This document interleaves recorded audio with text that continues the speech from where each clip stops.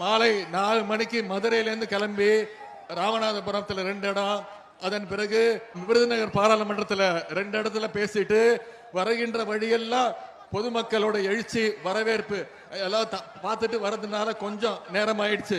இருந்தாலும் நான் பெருமையா சொல்றேன், வருகின்ற வழிகளை இப்ப நான் பார்த்த 3 நாடாளுமன்ற தொகுதிகளிலேயே இப்போ தேனி இந்த நாடாளுமன்ற தொகுதியில தான் மிகப்பெரிய எழுச்சி, மிகப்பெரிய ஆரவாரம், மிகப்பெரிய உற்சாகம். இந்த முறை அதை நீங்க சரி செய்வீங்களா? நிச்சயம் செய்வீங்களா? எந்த சின்னத்துக்கு வாக்களிக்க போறீங்க?